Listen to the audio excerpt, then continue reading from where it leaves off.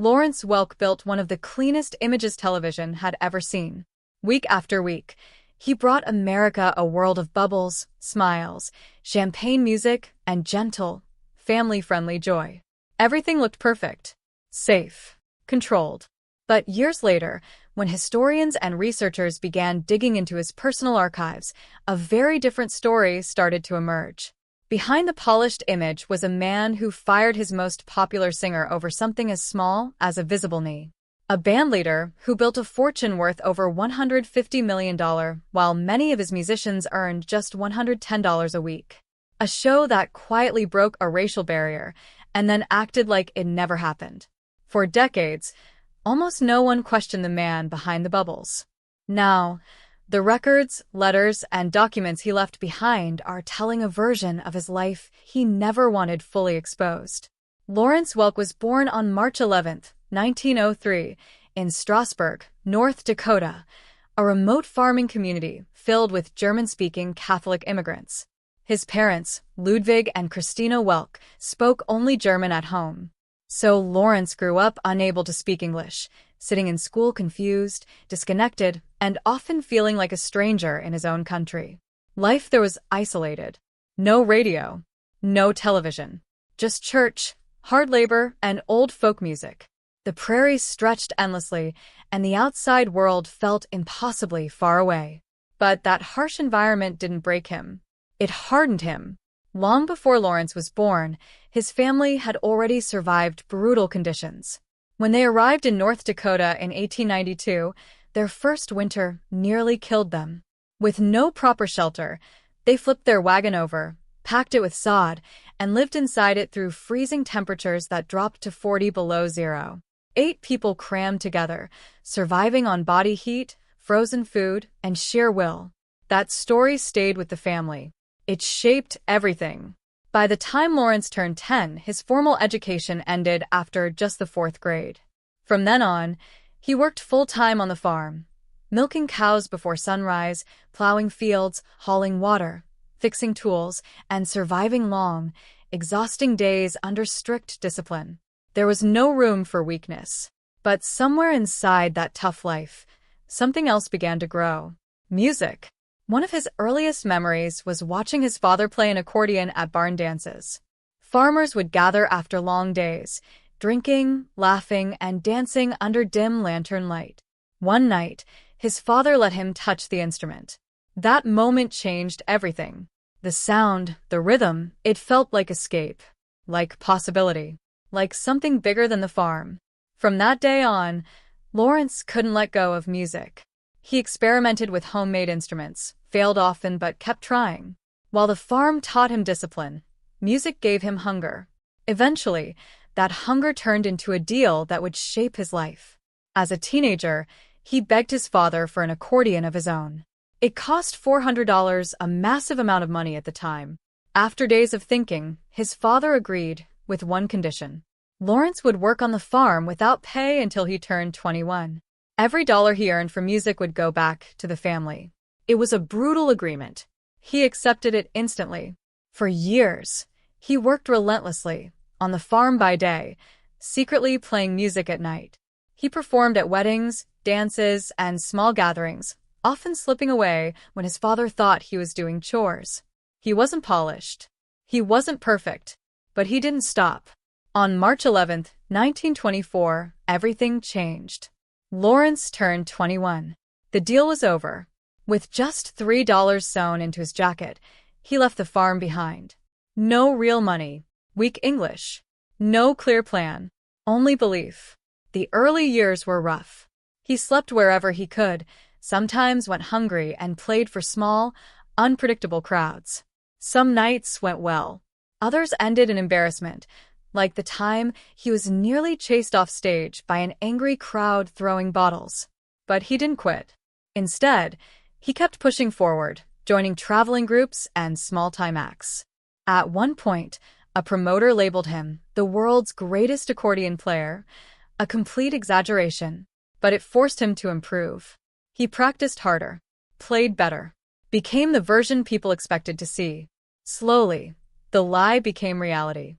A major turning point came when his group landed a radio audition.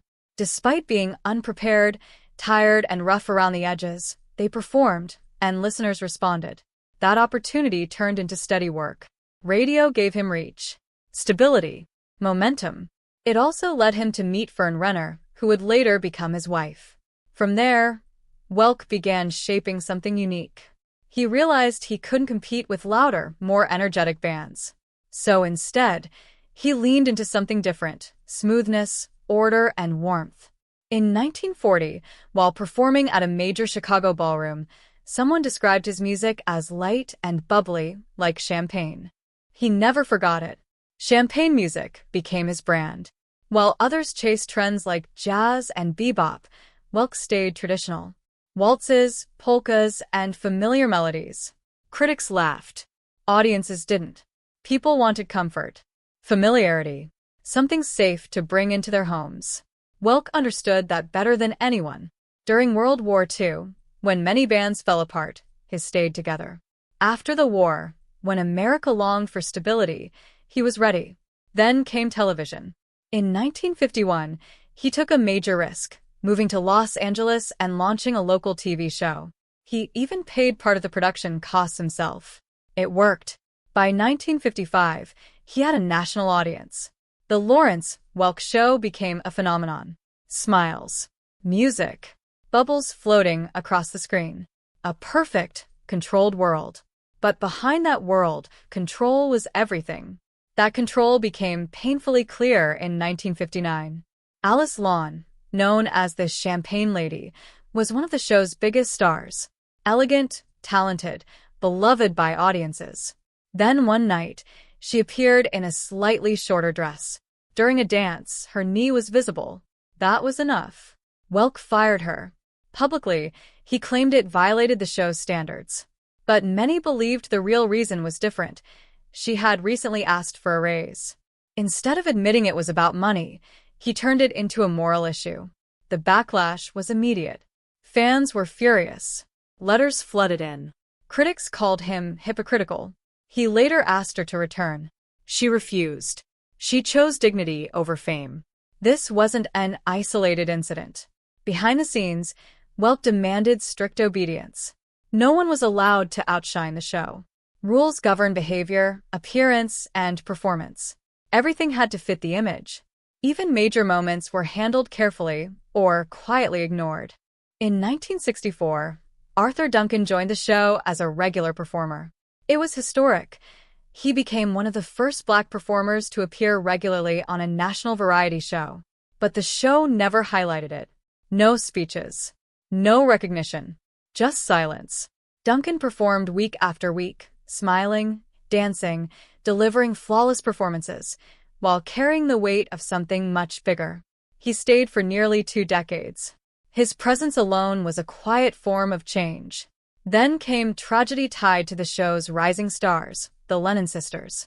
A disturbed fan, obsessed with one of the sisters, murdered their father in 1969. The event shattered the family. Though they continued performing, nothing was ever the same. It exposed the darker side of fame, the danger that can grow from admiration. In 1971, another shock hit. ABC canceled the Lawrence Welk Show. Not because it failed, but because executives believed its audience was too old. Welk didn't accept it. Instead, he went independent. He built his own syndication network, selling the show directly to local stations. It worked. In some markets, his show performed even better than before. What looked like the end became a comeback. By then, it was clear. Welk wasn't just an entertainer. He was a businessman. He owned music rights, real estate, publishing, and more. While his performers earned modest salaries, he built a massive empire. He even developed a retirement community, Lawrence Welk Village, where fans could live inside the world he created. It was branding before branding became common. When he retired in 1982, he didn't disappear. He continued managing his business empire quietly from behind the scenes. When he died in 1992, the machine he built kept running, reruns, music rights, and investments still generating income. Lawrence Welk sold America a dream. A world of simplicity, clean values, gentle music, But behind that dream was something far more complex. Control, power. Silence, strategy, and survival. The bubbles were real, but so was everything behind them. If you enjoyed this story and want more deep dives into hidden Hollywood histories, make sure to like the video, subscribe to the channel, and hit the bell notification so you never miss the next untold story.